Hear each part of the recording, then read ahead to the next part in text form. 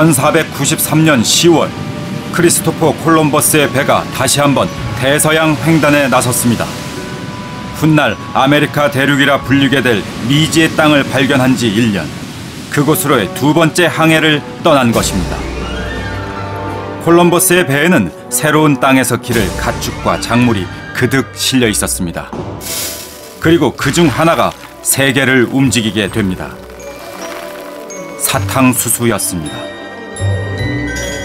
인간을 유혹하는 단맛. 사탕수수의 가공물인 설탕은 그 거부할 수 없는 달콤함 때문에 세계 상품으로 부상하게 됩니다. Even people who suffer stomach distress the first time they have sugar like it. They want to have more. 설탕은 지금까지 존재하지 않았던 새로운 삶의 방식을 만들어내고 세계를 하나의 네트워크로 연결하는가 하면 지구상에서 인류의 배치마저 바꾸었습니다. 그 결과 거대한 두 대륙의 비극이 초래되기도 했습니다.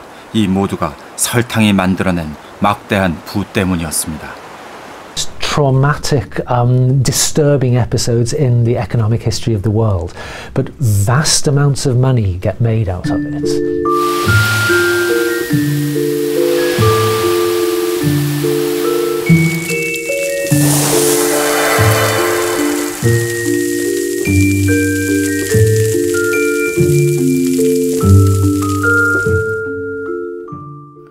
유럽에서 서쪽으로 대서양을 건너면 카리브 해가 나타납니다. 그곳에 섬나라 바베이도스가 있습니다.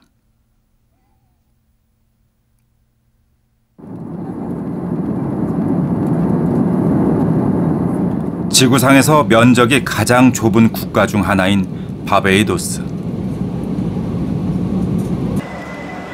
해마다 8월 초면 이 작은 섬이 들썩입니다.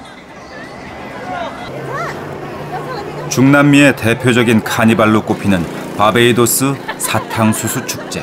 Hi. Hi from Barbados. Hello Barbados. In Barbados. Zulu International. 한껏 치장한 주민들이 퍼레이드에 나섰습니다.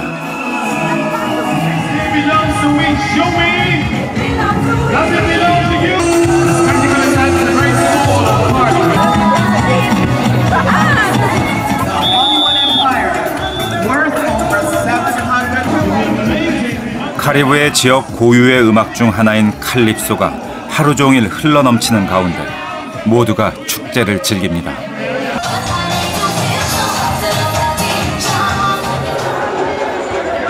고된 사탕수수 수확이 드디어 끝났음을 축하하는 사람들. 이 축제가 처음 시작된 것은 1688년이었습니다.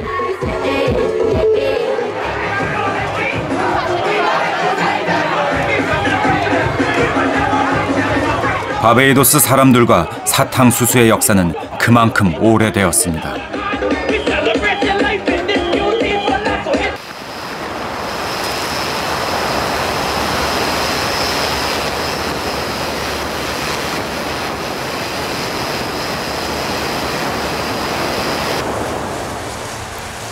단맛이 나는 키가 큰 식물 사탕수수.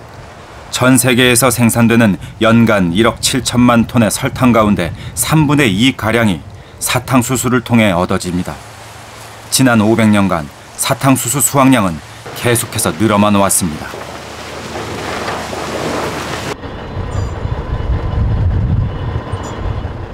사탕수수 농장 인근에는 즉시 사탕수수를 가공할 수 있는 공장이 있습니다. It is important to get the cane to the factory within 24 hours of harvesting it because the cane can deteriorate very rapidly and therefore we can lose the sucrose, which is what we really want to save. 사탕수수는 수확하는 즉시 여러 번 분쇄하고 잘게 갈아서 압착기로 보내집니다.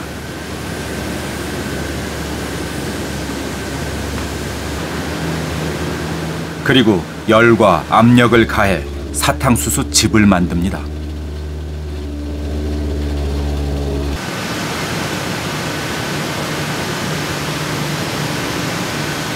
이 즙은 고온에서 끓이고 또 끓이면서 점점 농축하는 과정을 거칩니다.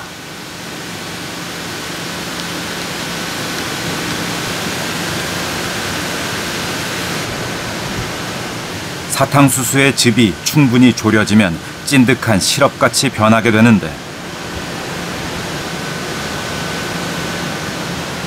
이것이 당밀입니다. 당밀을 원심 분리기에 넣으면 그 안에 있는 설탕이 결정화되면서 마침내 설탕이 됩니다. 우리가 흔히 먹는 흰 설탕은 이것을 다시 정제한 것입니다.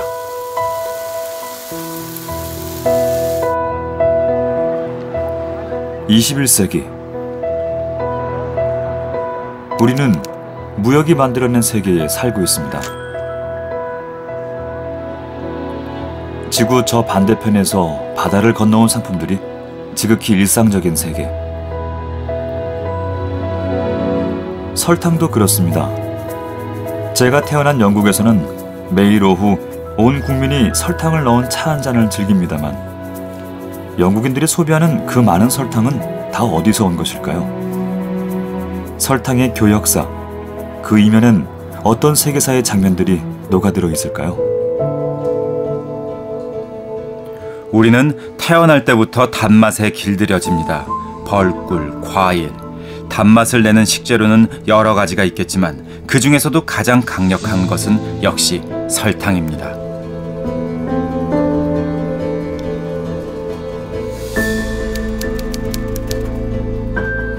인류가 설탕이란 존재를 처음 알게 됐을 때부터 설탕이 흔해진 지금까지 우리는 혀에서 사르르 녹는 그 새하얀 가루로 수없이 다양한 음식을 만들어 왔습니다.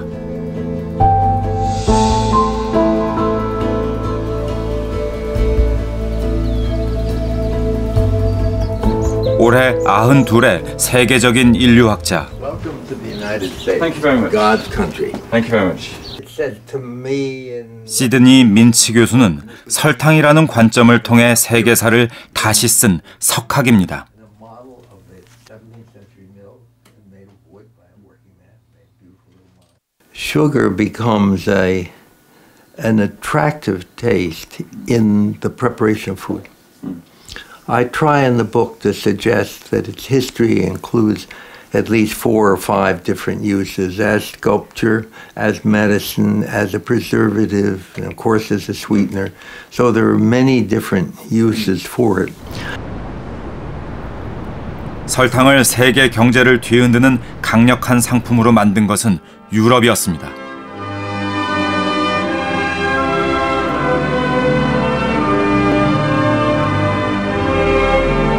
세계의 결혼식이라 불린 영국 왕세손의 결혼식.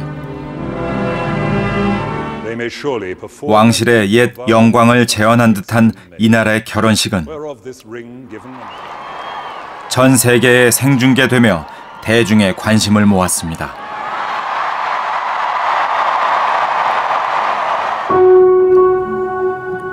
결혼식에 쓰인 웨딩 케이크도 화제가 되었습니다.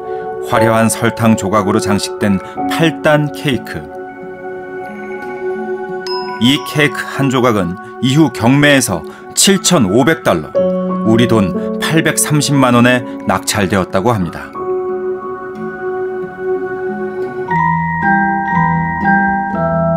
(1668년) 당시 교황 클레멘스 9세는 스웨덴 여왕의 방문을 환영하기 위해 연회를 열었습니다. 교황은 여왕에게 예우를 다하기 위해 탁자 위를 최고의 음식들로 채웠습니다. 바로 설탕으로 만든 조각상들이었습니다. 연회의 마지막에는 이 값비싼 설탕 조각상들을 망치로 깨서 나누어 먹었다고 합니다. It would be like having a Bentley automobile made of sugar, and after you showed it to your friends, people would break off pieces and eat them. So it was a way of sharing the symbol of power, not the power, but the symbol of power. And of course, the wedding cake is part of that same tradition. When you get to the wedding cake and you show the groom and the bride is in white and the groom's in whatever, and all of these flowers. This is really quite in line with those earlier subtleties. 설탕이 없었다면 영국인들이 지금도 즐기는 티타임은 없었을 것이라고 역사가들은 말합니다.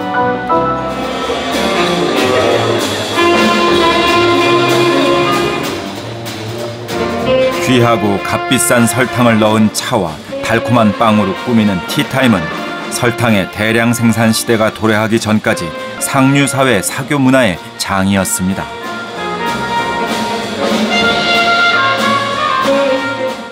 Sugar was extremely rare.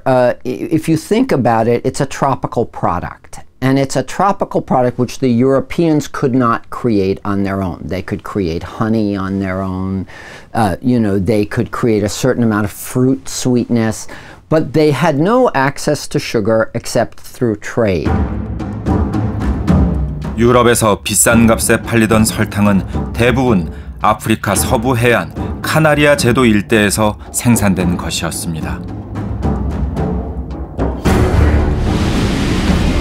그곳에서 설탕 무역을 하던 유럽인들은 설탕이 돈이 된다는 것을 알았고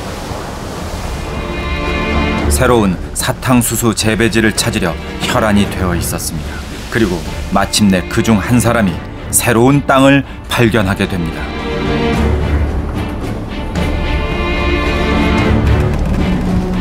그가 바로 크리스토퍼 콜럼버스였습니다.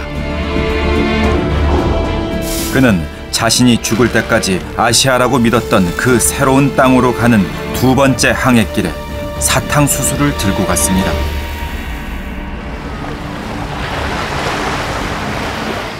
콜럼버스는 자신이 도착한 섬에 히스파니올라라는 이름을 붙였습니다. 지금의 도미니카 공화국입니다.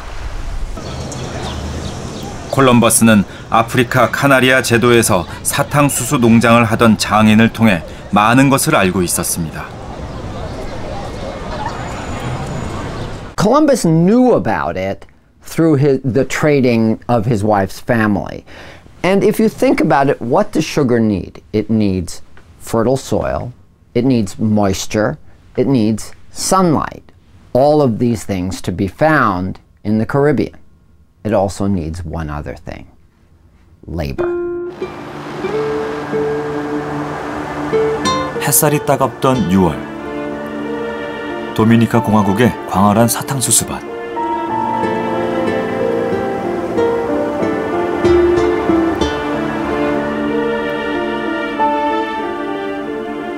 어릴 적 학교에서 위대한 탐험가라고 배웠던 콜럼버스가 들여온 키가 큰 풀은 이제 대지를 온통 뒤덮고 있었습니다. 때마침 1년에 2번 있는 사탕수수 수확철이었습니다. 도미니카 공화국에서는 아직까지도 사람이 직접 수수단을 베어 수확을 하고 있습니다. 지구상에서 거의 유일하다고 합니다.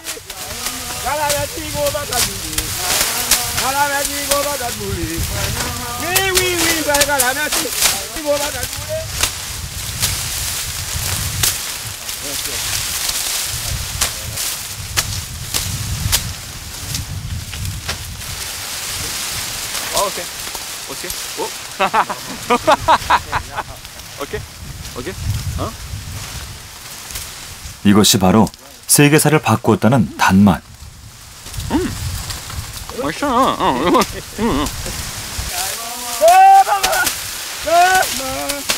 하지만 이곳의 사람들의 삶에는 결코 달콤하지만은 않은 역사가 녹아 있을 것입니다.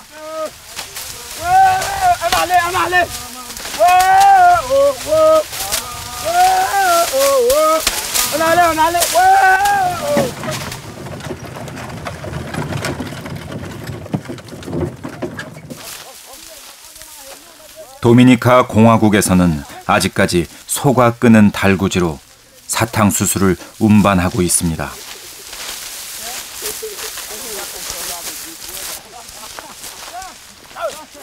이국적인 풍경. 하지만 마냥 낭만적으로 바라볼 수만은 없습니다. 세계에서 유일하게 기계화가 되지 않은 이유가 극도로 낮은 임금에 있기 때문입니다.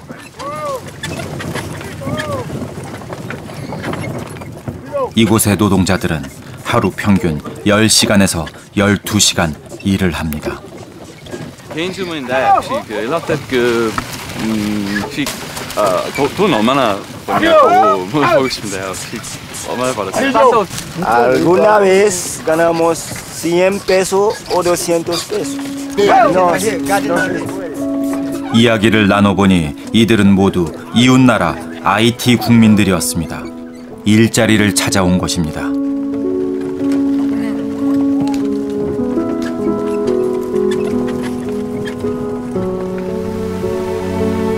끝도 없이 펼쳐진 사탕수수밭 한가운데 작은 마을이 눈에 들어옵니다.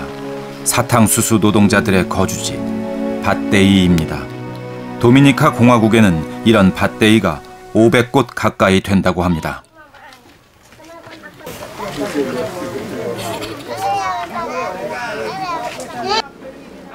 밭데이 주민들은 거의 대부분이 IT에서 온 이주민과 그 가족입니다.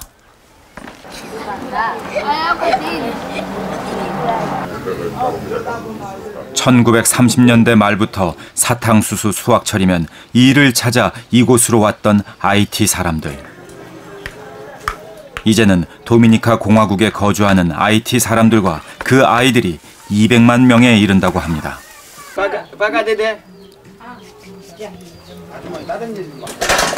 하지만 밭데이에서의 생활은 여전히 어렵습니다. 상하수도 시설조차 없는 곳이 대부분이라고 합니다.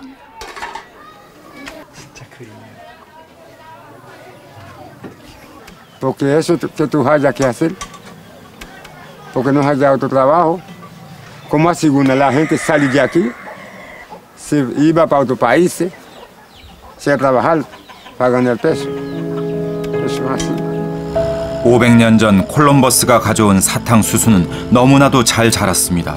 하지만 사탕수수가 만들어낸 부는 이 땅 어디서도 찾아보기 힘든 것 같습니다.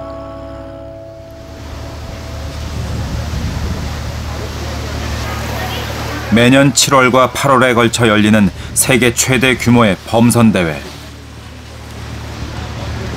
전 세계에서 모여든 젊은이들이 유럽에 접한 바다들을 돌며 항해의 기술을 익히는 대회입니다.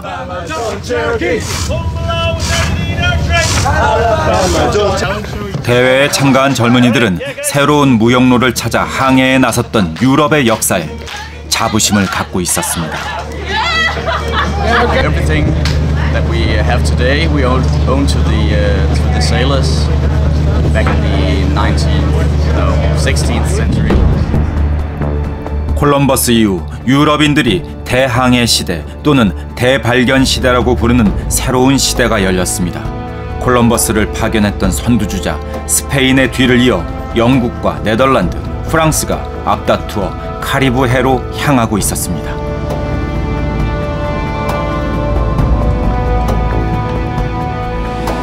그런데 그 무렵 대서양 무역의 판도를 바꾸는 일이 일어납니다.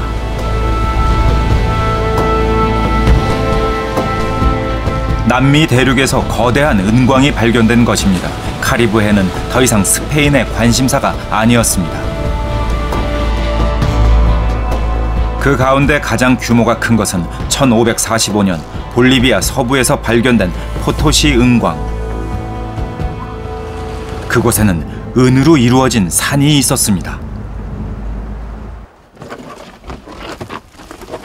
두께가 3.7m에 달하는 거대한 은 광맥. 스페인은 원주민들을 동원해 은을 캐내기 시작합니다. 매년 220톤의 은이 채굴되었습니다. 현재의 가치로 환산하면 6천억 원이 넘는 양입니다.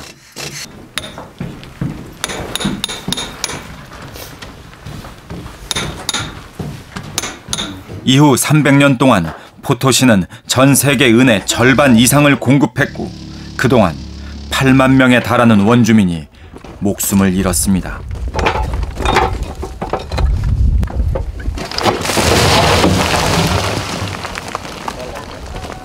풍부한 은이 매장돼 있는 안데스 산맥은 스페인에게 부의 원천이 되었습니다. 은 생산량을 높이기 위해 새로운 기술이 도입되기도 했습니다.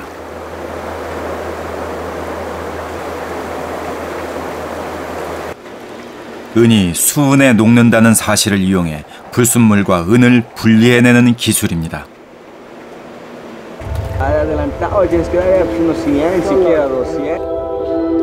수은 정제법의 개발로 은 생산량은 또 한 번 비약적으로 늘어나게 됩니다.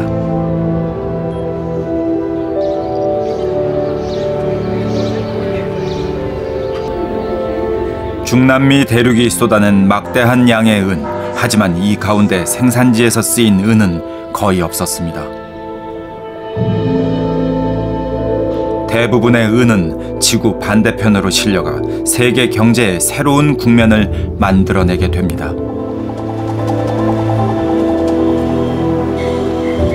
태평양에 연한 멕시코의 항구 도시 아카풀코. 이곳에 은을 실어갈 배가 기다리고 있었습니다.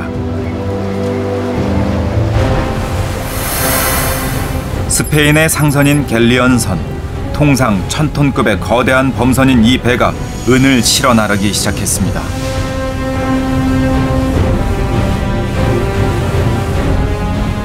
(3, 4개월에) 걸친 항해, 그 많은 은이 태평양을 가로질러 도착한 곳은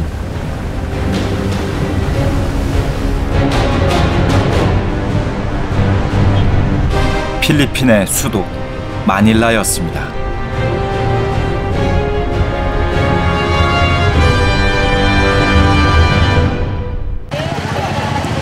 스페인의 후원을 받은 마젤란이 필리핀에 도착한 지 50년 후인 1571년, 스페인은 결국 필리핀을 식민지화했습니다. 그리고 마닐라를 아시아와 아메리카를 잇는 갤리언 무역의 전초기지로 삼습니다. 16세기 마닐라는 중국의 상인과 스페인의 상인이 만나는 국제 도시로 부상했습니다.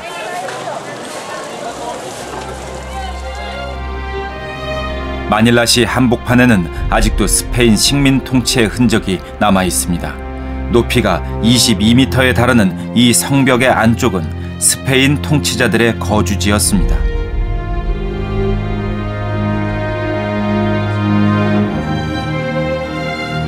멕시코에서 가져온 은을 중국의 도자기나 비단과 바꿔 얻은 막대한 수익이 이 성벽 안에 쌓였을 것입니다.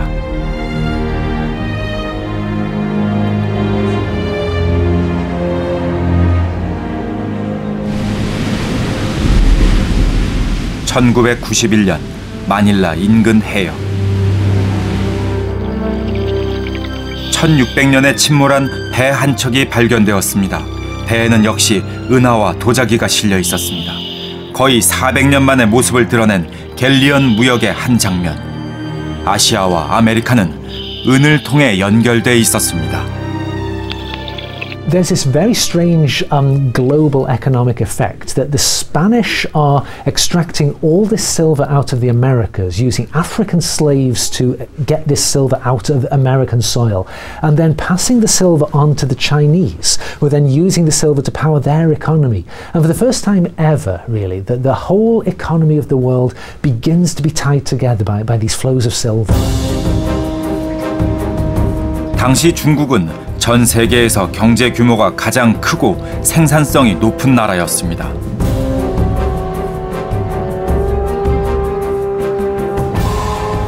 신대륙에서 생산된 은 가운데 3분의 2가 이 경제 대국으로 쏟아져 들어왔습니다. 유입된 은은 중국 경제 성장의 동력이 됩니다. 역사가들은 신대륙에 은이 없었다면 만리장성의 상당 부분이 축조될 수 없었을 것이라고 말합니다. 스페인의 갤리언 선들은 아카풀코에서 은을 싣고 마닐라에 와서 중국의 도자기나 비단을 사들였습니다. 그리고는 다시 멕시코를 거쳐 유럽에 돌아가 사온 물건들을 팔아치웠습니다. 인류 역사상 최초로 세 대륙을 연결한 무역로였습니다.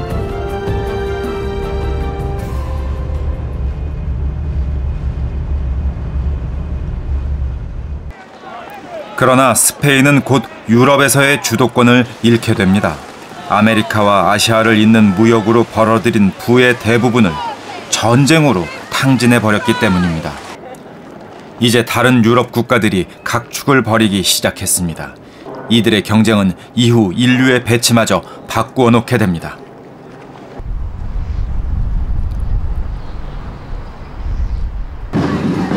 매년 여름이 시작될 무렵이면 수만 명이 브리스틀 거리로 쏟아져 나옵니다.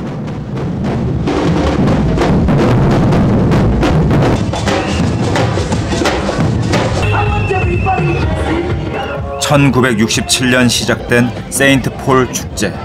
브리스틀에 거주하는 아프리카계 카리브인들을 위한 축제입니다.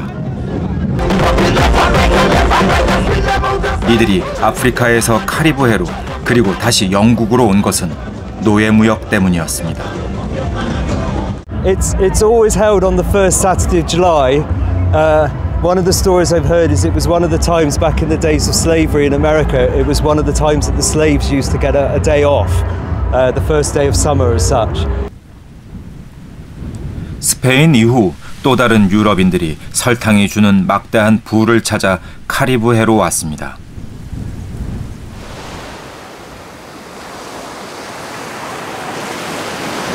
(1627년) 영국은 바베이도스를 식민지화하고 이곳에 사탕수수 대농장, 즉 플랜테이션을 건설했습니다.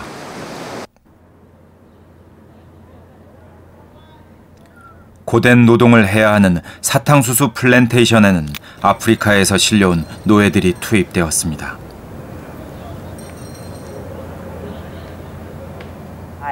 And you see the sugar cane press. Okay, so what does it do? That was a machines to make the sugar. You know, they take the canes like this and put it in this way. So around with the cows, with the African slaves, they just cane fall down here. Okay. Here they spoil with this, with the use of cane spoil. 그때 사탕수수 압착기는 하루 18시간을 쉴 새 없이 돌아갔다고 합니다. 하지만 노예들은 한눈을 팔 수조차 없었습니다. 손이나 팔이 롤러에 딸려 들어가기라도 하면 지켜보던 감독관이 가차없이 노예의 팔을 잘라냈습니다. Well, if you close your eyes for a second as your hand is guiding the stalks into the machine, they would keep a sword there because they would either cut off your arm or watch you be ground up. They will not stop the work.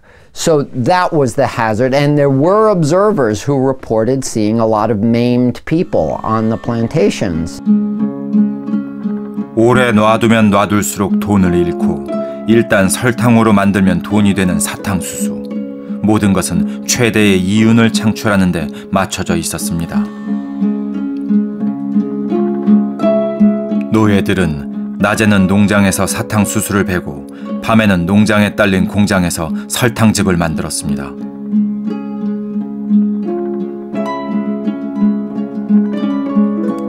정신없이 돌아가는 사탕수수 플랜테이션에서 노예는 인간이 아니라 설탕 기계의 일부에 불과했습니다.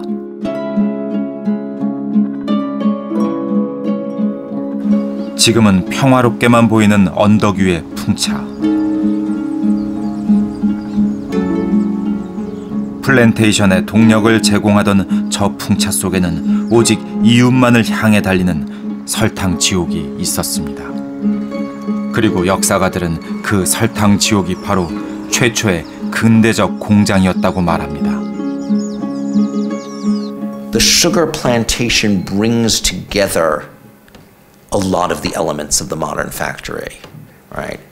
Relatively high use of energy, a need for intense coordination because if you don't get the timing exactly right, stuff goes to waste. Large-scale production for profit rather than for local consumption, and a pretty specialized labor force, right? I mean, particularly in the Caribbean sugar colonies. 바베이도스 다음으로 영국이 식민지를 건설한 곳은 면적이 바베이도스의 20배에 달하는 자메이카였습니다.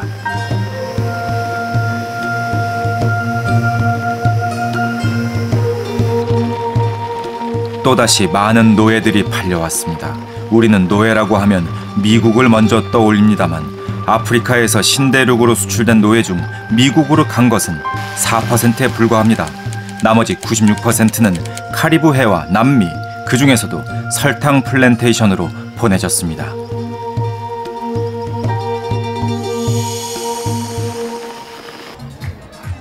자메이카 내륙 산자락에 숨어있는 한 마을.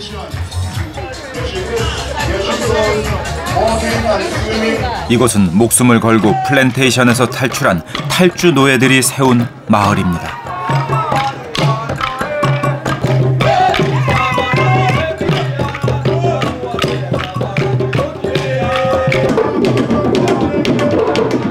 (300년) 가까이 자신들만의 공동체를 유지하면서 독특한 문화를 지켜왔습니다.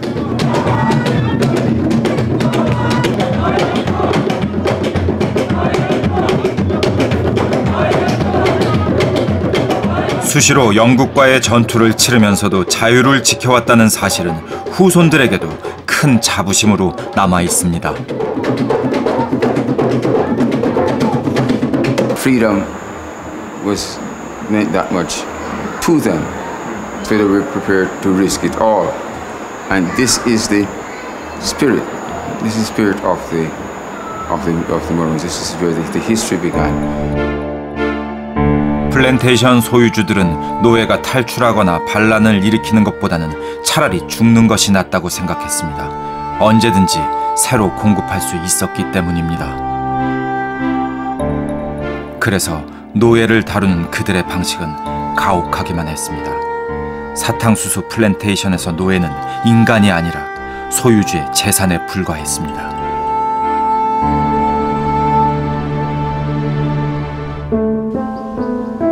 하지만 소유주의 생활은 전혀 달랐습니다. 그들은 플랜테이션에서 가장 시원한 자리에 집을 짓고 그곳을 대저택이라고 불렀습니다.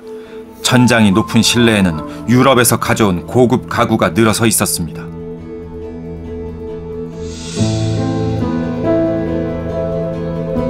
임금을 줄 필요가 없는 노예들이 만들어내는 설탕은 그들에게 엄청난 이윤을 안겨주었습니다.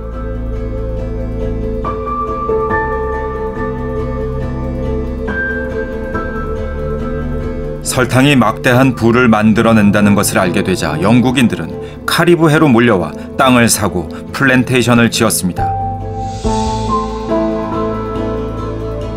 면적이 제주도의 4분의 1에 불과한 작은 섬 바베이도스는 불과 몇 년 만에 사탕수수 플랜테이션으로 뒤덮였습니다.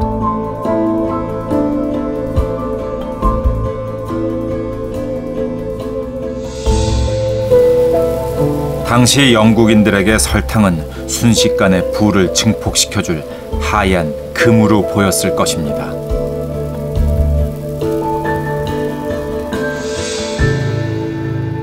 And so what starts to happen is there are families within England who start to invest in the Caribbean. They buy a certain amount of acreage, they grow sugar. It's a safe bet, it's a new product, and there's a very high profit margin at that time.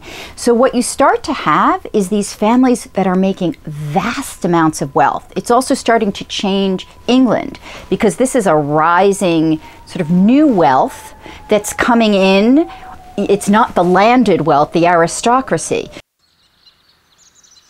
런던에서 차로 2시간 거리에 있는 도시 바스는 영국의 대표적인 부촌 중 하나입니다.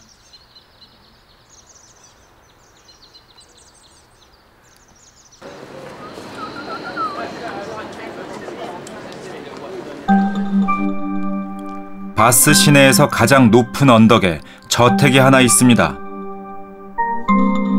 이 저택의 주인은 윌리엄 벡포드라는 18세기 영국의 유력 인사, 런던 시장과 국회의원까지 지낸 인물입니다.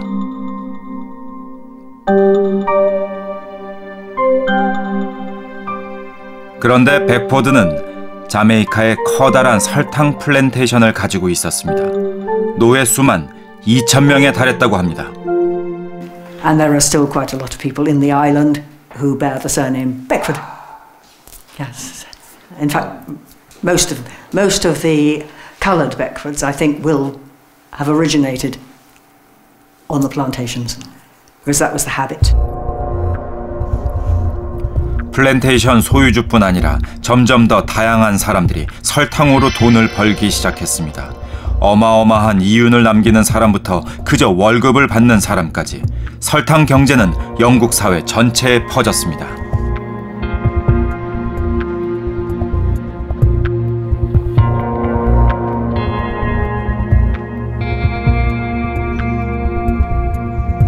설탕으로 쌓은 부가 영국 사회 전체에 영향을 끼치기 시작했습니다. 설탕으로 대부호가 된 이들이 왕의 시샘을 받는 일도 있었습니다. 18세기 후반 영국의 왕이었던 조지 3세는 어느 날 지나가는 마차 한 대를 보고 기분이 상합니다. 왕인 자신의 마차보다 화려했기 때문입니다. 마차의 주인은 사탕수수 플랜테이션의 소유주였습니다. 왕은 같이 탄 수상에게 세금은 어찌 되고 있냐고 호통을 쳤다고 합니다. 하지만 설탕 무역의 이면에는 언제나 노예 무역이 있었습니다. 제당 공장이 질비했던 리버풀 항구는 18세기 세계에서 세 번째로 큰 노예 무역 항구이기도 했습니다. 아프리카로 수출된 총 1,100만 명의 노예 가운데 10%가 리버풀을 통해 신세계로 갔습니다.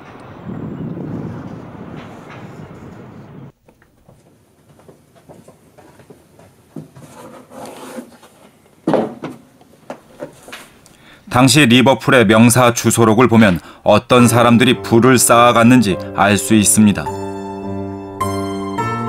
리버풀의 상위 1%에 해당하는 이들의 목록입니다.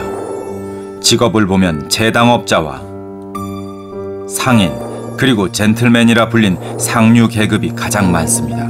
그런데 이들 모두가 실은 노예 무역과 관련돼 있었다고 합니다. So the top echelons of Liverpool society, you can call it the merchant class, who funded slave trading voyages. That was very much central to Liverpool.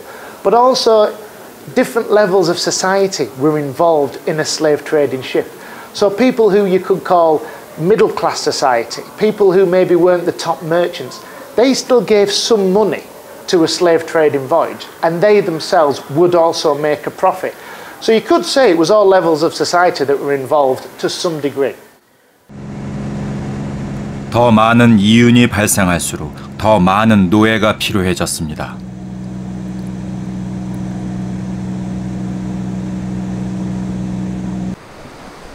노예 섬이라는 이름으로 불린 탄자니아의 잔지바르 섬.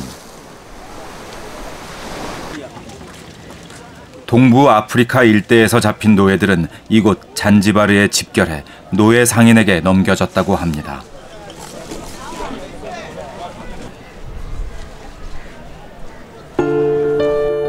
약 100만 명의 노예들이 잔지바르의 노예 시장을 거쳐 신세계로 팔려나갔다고 합니다.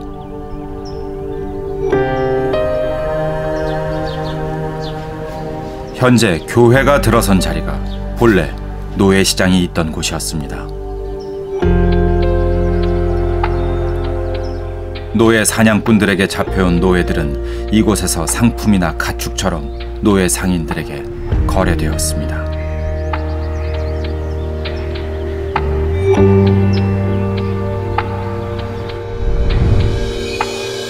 당시 성인 노예 한 명은 총 3자루나 면직물 1.8m 또는 럼주 3통과 가격이 같았다고 합니다.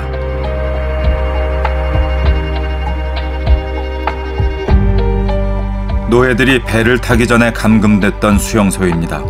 이 공간에서 100에서 200명의 노예들이 먹고 잠자고 모든 일을 다 하며 며칠에서 길게는 몇 주를 대기했다고 합니다. That time it was only one window. There's a middle one over here. Those two windows had been added after. So slaves slept here and here. They were using this place down here like a toilet. So the sheets go out. 아프리카의 해안 곳곳에서 수많은 노예들이 다시는 돌아오지 못할 항해에 올랐습니다.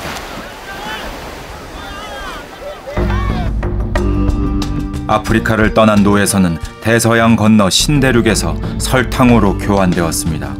설탕은 다시 대서양을 건너 영국에서 팔아치우고 상인들은 총이나 면직물을 싣고 다시 아프리카로 향했습니다. 이 과정이 삼각무역입니다. These ships, on each leg, they're full. You're not having empty ships anywhere. They're taking trade goods out to Africa, swapping them for the slaves, then getting those slaves to the West Indies, and then there they're swapping those slaves for raw goods, sugar, cotton, rice, indigo, rum, and they're taking those goods back to Britain. Yeah, what a neat trade, a trade where your ship's never empty. That's a trade that will make you lots of money. 삼각무역을 통해 유럽, 아프리카, 그리고 아메리카 세 대륙이 하나로 연결됐습니다. 최초의 세계화. 하지만 한 대륙에 달콤함을 가져다준 세계화는 다른 두 대륙에는 비극을 초래했습니다. 본래 열대 원시림으로 풍요로웠던 카리브해의 섬들에는 먼 나라에 내다 팔기 위한 사탕수수만이 무성하게 자라고 있습니다. 사람도 바뀌었습니다. 원주민들은 거의 절멸했고 원한 적도 없는 곳에 끌려온 이들이 인구의 절대 다수를 이루게 됐습니다. 아프리카의 고통도 계속되었습니다. 자메이카 국립도서관에는 노예 무역선의 참혹한 진실을 보여주는 문서가 하나 있습니다. Thank you very much. This is our print outline of the ship. It showed where the women, boys, men, how they laid, how they had to walk in the ship because of the small, the compact size of it. Yeah. And so many people in one tiny space. In such a small space. 브룩스라는 이름의 영국 노예 무역선을 그린 도면입니다. 노예들은 배 밑바닥에 눕혀져 대여섯 명씩 사슬로 묶이고 다시 2명씩 족쇄가 채워졌습니다.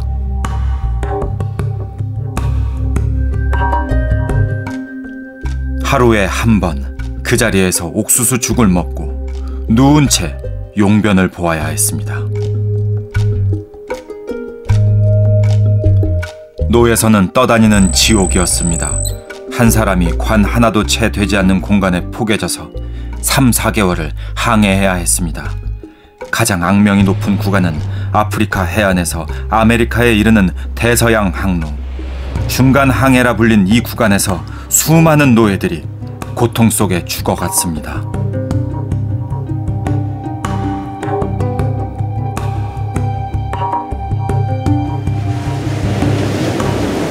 노예선은 대개 100에서 300톤급의 소형 선박들이었는데 노예상들은 가능한 한 많은 노예를 실으려고 했습니다. 심한 경우 배 밑바닥에 500명의 노예를 싣기도 했습니다. 1781년 노예 무역 사상 가장 비인간적인 사건이 일어납니다. 리버풀 소속의 노예선인 종호, 처음부터 과도하게 많은 노예를 싣고 자메이카로 떠났습니다. 2달이 채 안 되어 물과 보급품이 부족해진 종호. 선장은 놀랍게도 노예를 바다에 버리기로 결정합니다.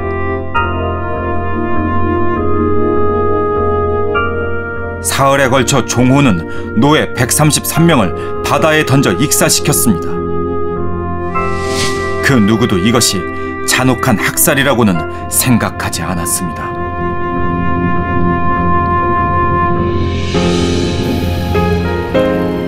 얼마 후 선주는 이 사건으로 입은 손해를 보전해달라며 소송을 제기했습니다. 놀라운 것은 법원의 판결이었습니다. 노예를 던진 것은 말이나 화물을 던진 것과 같다고 판단한 것입니다.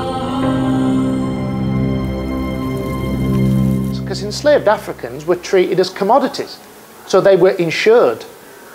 Sadly, the crew and the captain and the owners, they got off. They weren't prosecuted, and it really goes down as one of the most infamous cases, if I have to be honest.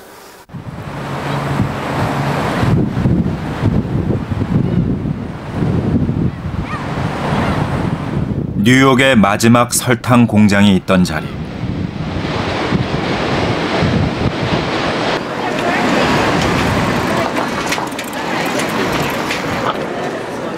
이곳에서 열린 전시가 화제를 모으고 있었습니다.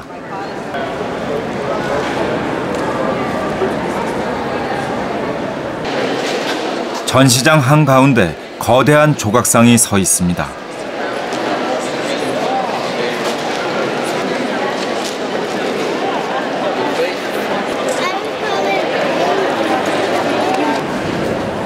그것은 설탕으로 만든 흑인 여성의 모습이었습니다.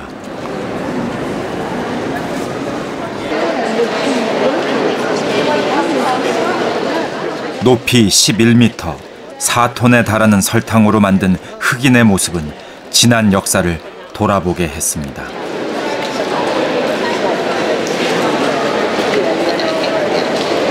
There is this big sugar mama here that are, all like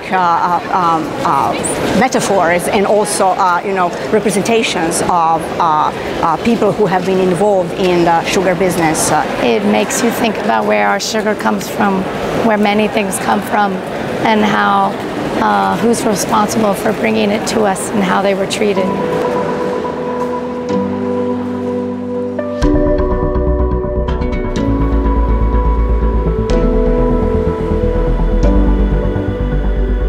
설탕 무역을 통해 영국 사회에 쌓인 부는 세계 경제의 또 다른 국면을 만들어냅니다.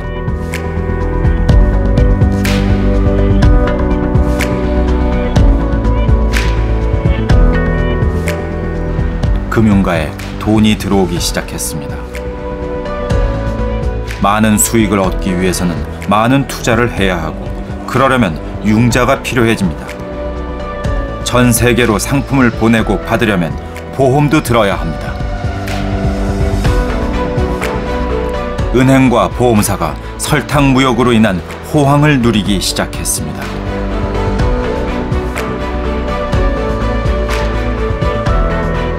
일단 들어온 돈은 수익성이 좋아 보이는 다른 사업에 또다시 재투자가 되었습니다.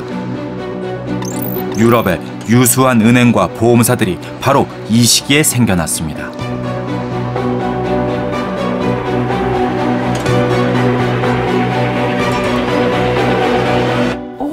Mansions were established with money from the Caribbean and Africa. And the banks, Lloyd's Bank used to, they were insurers of slave ships, right? So you have, all the banks, Barclays, and you have people who invested in art galleries.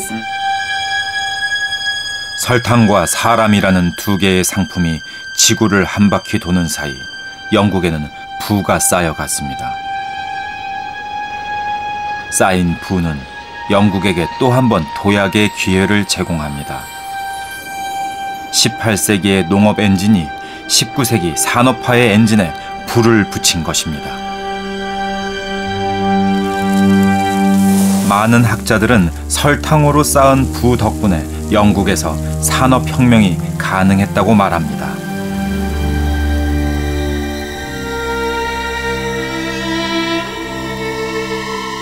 Those super profits then can be invested back home.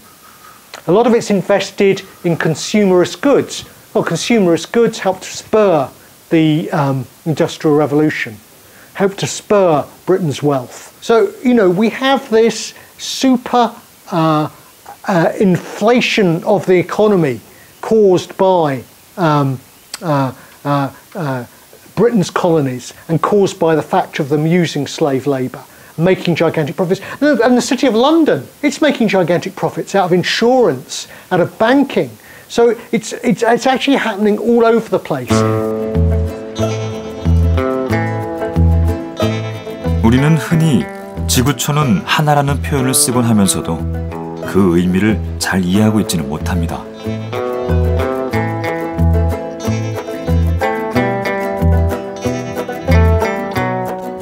(18세기의) 한 영국 역사가는 이런 말을 했다고 합니다. 우리 영국인들은 세계 무역에서 우위를 점하고 있다.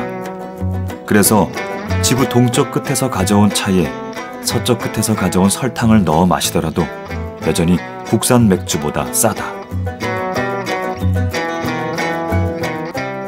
설탕을 넣은 차 한 잔을 마시며 생각이 많아지기 시작했습니다.